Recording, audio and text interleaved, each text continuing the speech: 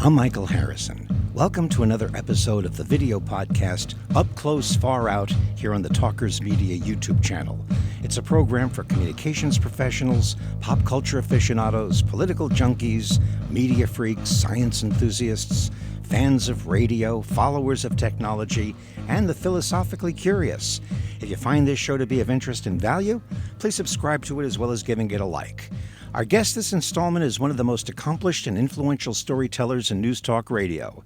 He's the creator and host of one of the most innovative and well-received syndicated talk radio shows to come down the pike in many years. It's called Our American Stories. It's the premier storytelling show and podcast in America. It's a wonderful show listeners can go to for comfort and inspiration and hear positive, redemptive stories about a good and great country. 2 hours a day, 5 days a week. Our guest and his amazing team of broadcast professionals tell the story of America to Americans. There's no debate, no opinion, no politics, no news, just stories that bring people together around common values, themes, and the founding principles and ideals of our nation. Stories that create a space for listeners to escape the news and noise of the day and be moved and informed, to listen and to learn. Our guest is Lee Habeeb. Okay, here we go. An uninterrupted conversation with Lee Habeeb discussing the importance of history, storytelling, and our American stories. Lee, I have to congratulate you. You just keep taking this thing further and further into the future. It's developing just as you had told me it would and as I believed it would when I first heard the show. So for those who are just becoming familiar with Our American Stories and Lee Habeeb, quick history, and then we'll jump right into some of the exciting things that you have on tap. Sure. I'd spent time in the political talk space. I'd gone to law school at the University of Virginia Law with Laura Ingraham. And I was in Virginia for a reason. You know, Monticello was right up the hill. Jefferson created that university. Madison's home, not far. The father of the Constitution, truly, if there's one man, James Madison was the man, author of the Federalist Papers, in part, he and Hamilton.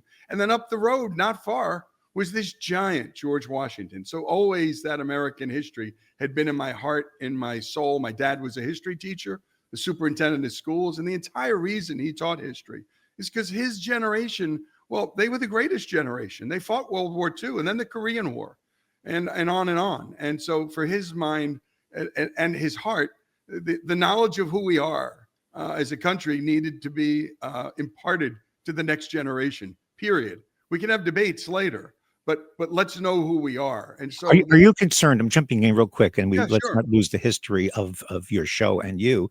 But do you think that the maybe deficit or deficiency is a better word in the telling of history in America is a threat to our democracy, that young generations are falling out of touch with the American story, which is the bulwark of your entire program?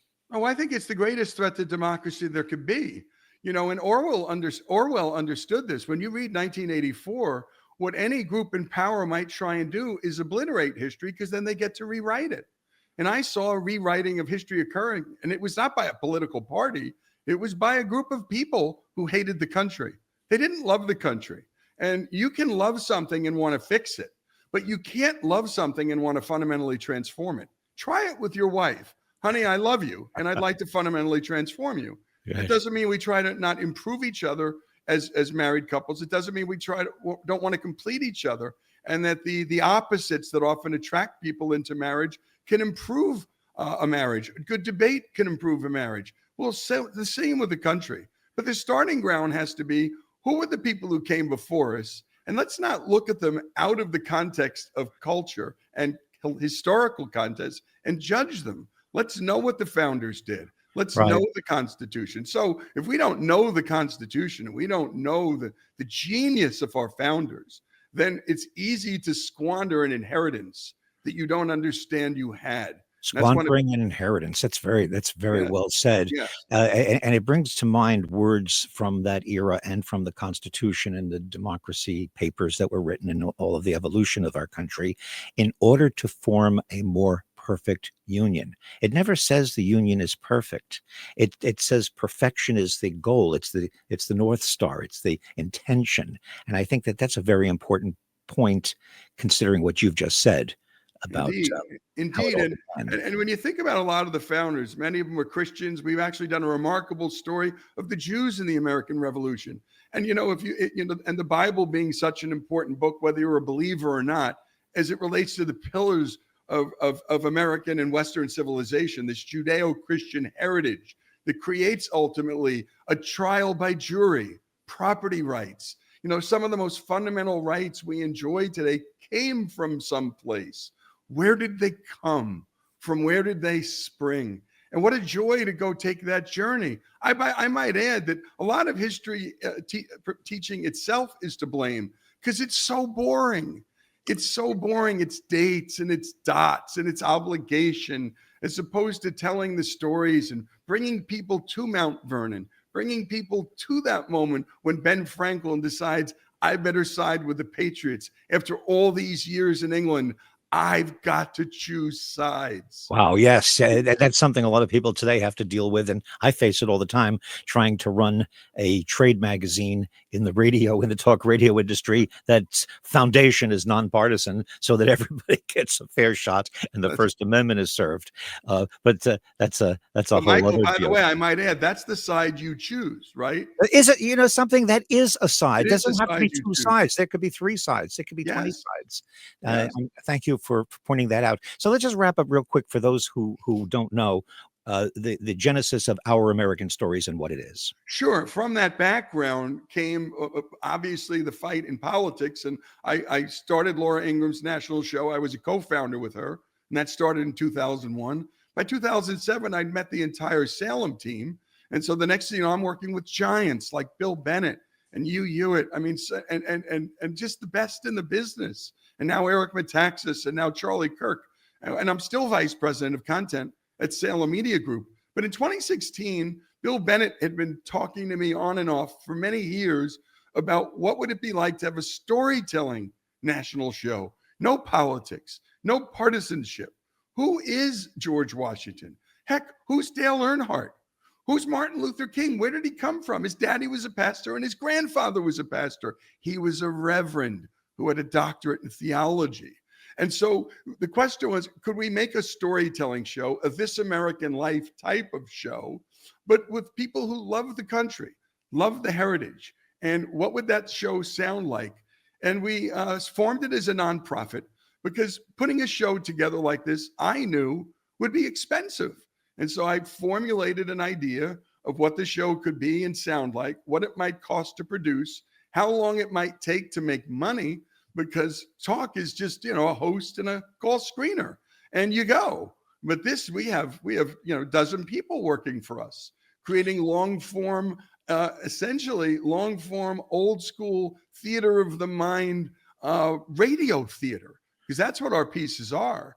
And thus it was born, and we got it on a few stations, and we started getting ratings fairly quickly because we realized that at night, people were done with the debate of the day. They wanted a break from the news of the day.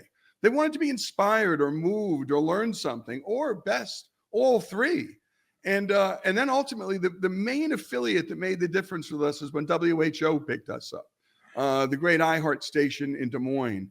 And when they picked us up, we just, well, this is good. I love our industry because when somebody of that caliber picks you up, and Michael, praise the Lord for the work you do, because that's where people learn about these things. We need great trade publications because it's a profession, what we do. It's a craft too, on top of that. And it's an art on top of that. We wanted to bring the craft and the art to storytelling, not talking about storytelling, but storytelling. Right. And then from there, it was the Premier Network deal. Julie Talbot saw our ratings, saw the affiliate penetration. And from there, it's been off to the races. I think we're at 419 now. Oh yeah, and, no, and, there's and no doubt. growing. You've grown tremendously. I think back to the days when you and I first met several years ago, when this idea was first formed. I was faced with the question, and so much of publishing and editing trade magazines, which are becoming a dying breed in many ways. A lot of people don't even know what they are in the digital age. But a trade publication, the concept of that comes down to categorization. What kind of music is this? What kind of music is that? What kind of talk is this? What kind of talk? Where do they fit? Because radio is such a silo-oriented industry. And I remember making the decision that I'm going to support this program as a piece of the furnishings of news talk radio, even though what you came along with was completely different than what was the obvious for news talk radio. As you said before, it's a call screener, a computer, and a speaker and a microphone, and maybe a political bias. Not, Right. not even maybe a political bias. Right. What bias are you? Right. Right. You're defined by your bias. And here you are. You do come from the conservative mold. You work with a conservative company. And I said, okay, well, let's see how true this guy is to his promise to have this not be politically biased. And you've stuck to that. And here's the part that I'm so satisfied as an observer of your progress over the years and an endorser and supporter, which I most assuredly am, is that it has worked. That you have given another reason, people like you, like Dave Ramsey, there are others, that news talk radio does not have to be 24/7, beat you over the head with one point of view politically from a partisan standpoint. And you've accomplished that. And you're still growing. I think you're at number 11 on the Heavy 100, and we'll see where it goes in 2025. You're heading in the right direction, that's for sure. But you've actually created or given a service to this industry by doing that. And for that, I am very grateful and enthusiastic. Well, one of the things we wanted to do is separate politics from storytelling. Look, if you get too political in a story, you'll start to manipulate characters and polish up the character of one you like and make the one you don't like worse. And then it's propaganda and it's not interesting. And what always drew me to a great piece of nonfiction, the greats like David McCullough or anybody else, is you're reading a book about the people you love and you're finding out they're human beings, Michael. You're finding out their flaws. You're finding out the context from which they lived and the problems they were going through then, which is where we have different problems today.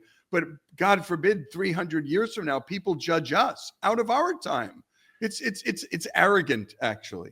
And so the joy here was being able to reach out to liberal historians, conservative historians. I don't care who. Tell me a story. Tell me something I don't know about Rosa Parks. Tell me something I don't know about Duke Ellington. One of my favorite pieces is with Terry Teachout, the late, great Terry Teachout. I didn't know Terry's politics. He was one of the great cultural writers in American history. And I think he wrote the definitive biography of Duke Ellington. And when you listen to that, you will not say this is a conservative hour or a liberal hour. You'll go, good Lord, the talent that Duke had. The neighborhood he grew up in a wealthier black neighborhood in which there were class struggles between blacks, and there was the overlay of virulent racism. And what Duke Ellington had to withstand during the segregated South was terrible. But how he triumphed over it, how his mother talked about Ellingtonian exceptionalism. And Wow. And then hearing the music and hearing the progress and finally getting the Medal of Freedom from President of the United States. Yeah. And the point of all of this, generation. the point of all this is that it wasn't a music story. It was a music story that also was a historical overview of a major part of American culture. Yes. And that can come in from any individual subject. Yes. One of my favorite subjects, Michael, is the idea of property rights. Now, this would sound boring to most, right? But without property rights, you can look at any country in the world and I know why my Lebanese parents came, because Lebanon had shifty property rights as it related to stability of property rights. My grandfather owned an embroidery factory, and he knew if he came to the United States, it couldn't be stolen from him. And in other countries, your life's work gets stolen from you because there were property rights in name only in other countries that said you had rights, but you didn't. But here's how we dealt with property rights. There was a remarkable writer in the early 20th century, Hoagy Carmichael. And, we tell his life story, But we're not telling the story of him. We're telling the story of a song he wrote called Georgia on My Mind. He wrote it and he recorded it, and famous people of their day recorded it, and nothing happened. It was never a hit for anybody. So as Hoagie's fading out because no one's listening to pop music by the 1960s of his day, the Tin Pan Alley variety, all of a sudden it's rock and roll and it's blues. Well, there's this blind black guy who was at Atlantic Records, and he was sick of being on the black music dial. It turns out he loved the songs and compositions of some of the white writers, one of whom was Hoagie Carmichael. And through the miracle of intellectual property, the Carmichael estate and Hoagie allowed Ray Charles to record this. Ray Charles left Atlantic Records to ABC Paramount because they were going to let him write, as they would call then, non-race music, white people's music. But what he did was infuse Georgia on My Mind with that R&B sensibility that only Ray Charles could have. But he added a layer of strings.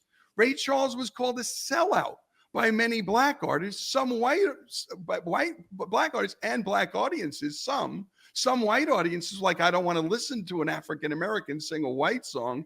But the reality was the overwhelming majority of Americans could care less. They loved the song. He toured for right to the end of his life, and that was always the crowd favorite. And this is what intellectual property allowed for two men, one white and Midwestern, one black and Southern, to meet through the miracle of intellectual property, make lots of money, and make the world a better place. And without our intellectual property rights and laws, this wouldn't be possible. Why would a writer write a song he can't own? Right. And it's interesting. I think the state of Georgia has made it its own song. And I think Hoagie Carmichael insisted that it was about a girl, a particular woman. And Ray Charles, of course, well, he was so culturally ambiguous. He was a country artist. He was a blues artist. He was a jazz artist. He was an R&B artist. He was a rock and roller. Country. He was country too. I mean, it's amazing the crossover between country and rock has some interesting things. But with fear of going down a rabbit hole here, and I want to be careful, I do want to tap into the fact that you are a lawyer, and I want to tap into the fact that you've just brought up a fascinating topic of our times, and that is intellectual property rights. Are you concerned? And again, we'll keep it brief because I want to get back into our American stories. But are you concerned that because of all the chaos being created legally and in terms of history by the digital era that we are now in, that intellectual property rights might be in jeopardy in the United States going forward? No, actually, I'm actually hopeful. I mean, we did a story about the same struggle that was going on when we finally had records, Michael. I mean, we finally had records. What was going to happen to IP rights? Then there was radio. Well, what was going to happen when those songs got played? And here was the battle. The young songwriter is saying, I don't care if I don't make anything. Please play my music, right? And then others were like, no, that's our music. The labels, the rights holders. And, we got a group called ASCAP. We got a group called BMI. It took a decade or two, but we sorted it out, right? And it will get sorted out. It's sloppy in the process, but I'm not only a doom and gloomer. I think that the way it's going to get sorted out is the way it's always gotten sorted out. Once we get to enough scale and there's enough profit, that profit can be distributed equitably as determined by the participants. And I think it's just going to take a while because it took a long time for ASCAP and BMI to do what they do. By the way, for folks who don't know what that is, they're the folks who collect the royalties and enforce the rights of the songwriters who join them for a fee. ASCAP charges a fee. Right. Wonderful. They're sort of like a debt collector. Right? You're right. Yeah. It's a sloppy time, as you point out, but I often, with a degree of humor and a bittersweet humor, point out that we're living in a time now that hopefully will not continue for long, and in which the artist, the writer, the musician, the person who creates the intellectual property item has to suffice to be happy by how many people read, listen to, and look at their work for no money. Yeah. You know, oh, I'm so honored. 1 million people read my book. Did you get paid? No, it's out there on YouTube. It's out there on the internet. But, we had this many clicks. We had this many, views. It is a peculiar time, I got to tell you. And I am uplifted by your optimism. I tell you, because, we all have a stake in this. Yeah, we do. And I worry less about these things because in every epoch, there are major revolutions that occur much bigger than this one. I mean, we did one on the Transcontinental Railroad, which brought in, of course, the rail wire and modern telecommunications, which, by the way, Lincoln deployed to his considerable advantage in the Civil War because the South didn't have railroad systems yet. The trains went from line to another. They didn't interconnect state to state because they saw themselves as little countries. So can you imagine what happened in the United States with this railroad system? We went from an agrarian society. I mean, you want to talk about the most massive shift of all, to a city society, to an urbanized society. Right. So, and it was messy, Michael. It was really messy. Struggles for power, struggles for the electoral college, struggles for resources, and also this mass movement for struggle for opportunity.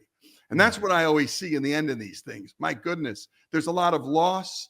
All those guys who are horse smiths, well, that's not as good a job anymore. But all those guys working on the manufacturing line at Ford, and Henry Ford making cars that were affordable for those manufacturers, anti-Semite that he was, we look at that only briefly in Ford's life because that's one awful aspect of Ford's history. But in the end, Ford created the arsenal of democracy that killed the Nazis. And so we have to always balance all of these things together to tell the story, not only about a man, but about an era. What a tremendous that point one you was just called made. I Invented the Modern Age. That was the name of the book. Wow. And It's such a good true. point. Such a good point that sometimes it takes in history a real scoundrel to do something good, which worries me why we're so focused today on gotcha, scandal, where, how's your sex life? What have you done? I mean, we would have thrown out half the founding fathers, maybe all of them, and we had that type of reporting back Completely. in those days. Oh my Uh, goodness. as a matter of fact, there's two things I want to cover. The first one is, tell us about your 2026 project that you've got cooking. Yeah, we've been doing this now for almost 3 years. Some remarkable donors put up some capital for us to do this, and we wanted to tell the definitive American story, 250 stories for our 250th anniversary, and the stories would cut across all kinds of aspects of American life, from the arts to business to sports. The innovation in sports, miraculous. It's a business too, sports. Of course, our history, presidents and politics, and also our military life. And most fundamentally, and often the thing that gets left out, is the faith history of the United States. Because as we celebrate Reverend King and we celebrate the abolition movement, these were, in the end, Christian movements. Without Christians moving it, and largely many Jews joined with the civil rights movement of the South, but it was Black pastors who led the way. And this is the remarkable dimension of American life that we like to cover, which is that it's multivariant. And you can't look at it through any one lens. When we're doing the story of Duke Ellington, we're actually telling the story of the 20th century race relations through his life. When we're telling the story of George Washington, oh my goodness, it's so much more than just a general. It's a story of our first Civil War, because the Revolutionary War was our first Civil War. Actually, you're right. And that was my second thing that I wanted to cover, and I'm going to jump in so I don't forget. We're recording this shortly after Donald Trump's inauguration on Monday. And you and I talking before we started recording, you were talking about George Washington and his place in the scenario that the great showman Trump set up in terms of the rotunda, and interesting aspects about perhaps the first American superhero, George Washington. And if you could just repeat some of the thoughts that you shared with me before we began this conversation, I think that they were very important, and I'd like to share them with our listeners and viewers. Well, look, it's an inheritance we've been given, and to not know George Washington, be like the kid, the third generation kid who inherits a Van Gogh, and he looks at it and thinks it's just a bunch of sloppy paint, and he drops it off at the local Goodwill, right? I mean, Mhm. how Mhm. dare you not? How dare you not have been educated about what that painting is? You know, Wow. Washington is a remarkable military figure. He's a remarkable leader, but there are two things about his life that I found so compelling, and it was not one of them that he owned slaves. That was utterly ordinary for any rich person anywhere in the world, including Africa, to own slaves. Everybody did it. I'm not saying it's right. I'm saying it was normal. And it didn't mean that there was a paradox because we were a country talking about freedom and liberty. Of course, there was that paradox. But Washington surrendered his commission. And let me tell you, when he did, King George heard that and said, if that's true, that he surrendered his commission and didn't become king, he's the greatest man that ever lived. And it is true. And then he served 2 terms and never served again. He could have served unlimited terms. You know, that wasn't until Roosevelt that we passed the law that said 2 terms, right? And then Yeah. he did something else, Michael, that's extraordinary. He had Mount Vernon, this beautiful, beautiful, beautiful farm and plantation. It was making him a lot of money. He was a surveyor. He was a wealthy man and then married a wealthy woman, Martha. So he's one of the richest families. He's the Jeff Bezos of his day as it comes to farming. He leaves his home for 7 years. 7 years. He visits it only once. One time when his wife and he are so like distant and lonely, she comes to visit him. And guess where that is? Valley Forge, not exactly a spa, right? And so to know what these men did and to know that he was in a minority, you know, the country was a third, and a third split. A third before the revolution, a third were against it, and a third were hiding under their tables, hoping it would blow off. There Right. was never a majority saying, let's go fight the British. Never happened. And indeed, so split were Americans that Franklin's own son, who was the royal governor of New Jersey, Ben Franklin had put in jail. And Ben Franklin, when his son exiled to London, never spoke to him again, telling his son that he'd put his life and riches and family name on the line, not resigning his royal crown and commission and joining the revolution. His son was on the other side of that revolution. Even after he got out of the Litchfield jail, the Litchfield gal, he went back to New York to fight a counterinsurgency against his own father and the Patriots. So when people say America's never been more divided, I just want to say study history. And we've not only survived these battles, but these battles were good. They needed to happen. It's what we are. We are. It's what we are. Uh, Fascinating. Storytelling. Tell me a story. Bedtime stories when we were growing up, campfire stories, history being orally transmitted from generation to generation. I detect, that's a silly word, it's obvious, that storytelling is a buzzword or 2 words, if you how you spell them, in the radio business today. Um, what is the state of storytelling? And do you have some pointers about how to go about being a storyteller in a way that makes sense in terms of media competition? Well, I look, you can talk about storytelling or you can tell a story, and they're very different things. And to tell a story means to be interested in that other person's story, right? I mean, how can you know the story of somebody else unless you don't shut up and listen? Because the story is only as good as the amount of details you pile up Shut up and about listen. that person, and particularly the contradictions in that person, the paradoxes they've faced, the struggles they've faced, the hurdles they've overcome, and the element of surprise, right? That's the most important part of a story because that's every one of our lives every day. We're constantly surprised, sometimes for the better, sometimes for the worse. I just had my checkup, my annual deep physical, and there could have been some surprises that I didn't like. You have cancer.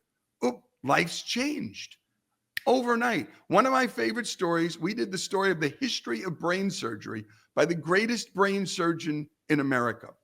And he talked about lobotomies and how everybody thought lobotomies were so awful. But he said, we're looking back at why we thought that. But when people had the diseases they had, the Kennedys had a kid who had lobotomy. Tennessee Williams' daughter had a lobotomy.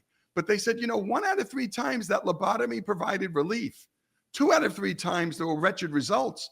But what we learned from the lobotomies created modern brain surgery. And to this day, it's still, the more he said we know about the brain, the less we know.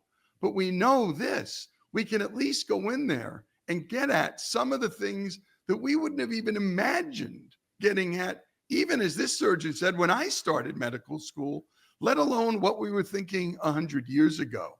And in this era, this last century, I call it the century of oil because it was the century of oil. And oil's in everything we use and touch. It powers our electric grid. It's still the old energy.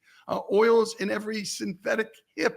It's in everything we touch. And I'm not making an argument for oil. I'm just saying in this remarkable century of the Industrial Revolution, lifespans increased radically through medical science, innovation, and technology.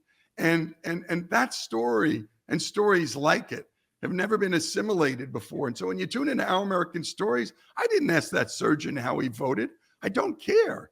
He didn't care how I voted. I was so interested in what it's like for a man to tell a gentleman at the prime of his life that he has stage 4 brain cancer and he will not live. What's that like? And what's that like to want to be on the cutting edge of figuring out how to end that kind of cancer so he never has to tell a patient that or deliver that bad news again? It's riveting theater. Ordinary people around us are living riveting lives. And yes. Every day. The drama's everywhere. Everywhere. As I've mentioned on this program, they talk about radio as being a great medium for disasters. When there's hurricanes and mudslides and landslides and tsunamis and the occasional comet crashing into the planet.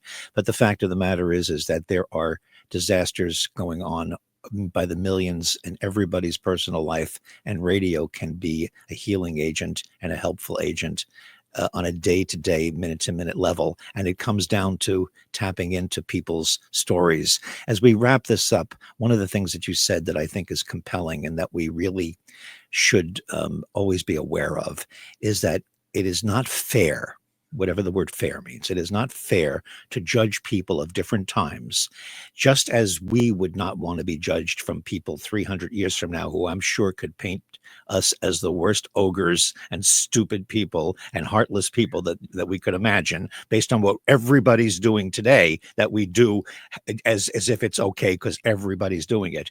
I think it's really important, and you're doing that work with Our American Stories to keep an open mind about why people did what they did in the past and hope that the future generations aren't too harsh when they're judging us for some of the things we do, like eating meat. We might be considered criminals for, there's so many things that we do that we're just seeing the beginnings of movements to protest. So your optimism is infectious. What do you hope for the future for Our American Stories? Well, I just hope we're now moving into a video form, but it'll be a separate form in the same way that a good play rarely makes a good movie or a good piece of fiction doesn't. We're now thinking about how do we make the Our American Stories that we make on our audio experience? Because you don't hear me in the show. I introduce a piece, I close a piece, but you are hearing directly from that person who we're telling the story about.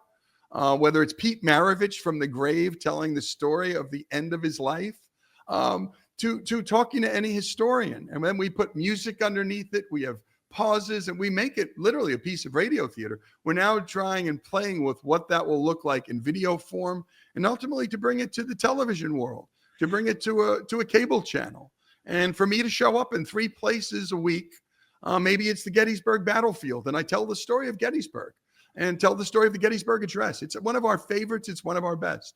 How the Gettysburg Address came to be and why it was so short and why it endures and what it was about. And so that's the next iteration is finding multi-forms. The other thing we want to do is turn this into live events to bring these storytellers on the stage and quasi-TED, but not TED. Because the reason we're doing this is not to improve our personal lives, it's to understand the American life and the American story. And that's the context for us always, is how does this story tell us some piece of the American story? And that's our frame, and that's our curative frame for how we make every single decision. And if ever anybody, we get the sense that someone's trying to advance a political view through the story, it's done. And it may be the only fireable offense at Our American Story is pushing your opinion into our show. We have enough opinions out there in the world. Lord knows we don't need another one, let alone mine. And there you have it, a conversation with one of the true innovators of today's news talk radio industry, Lee Habeeb, the creator and host of Our American Stories. To learn more, visit ouramericanstories.com. Thank you for watching and listening to Up Close Far Out with Michael Harrison. I can be reached directly at talkers.com. If you find this show to be of interest and value, please subscribe to it as well as giving it a like. Our producer is Matthew B. Harrison. Copyright 2025, Talkers, all rights reserved.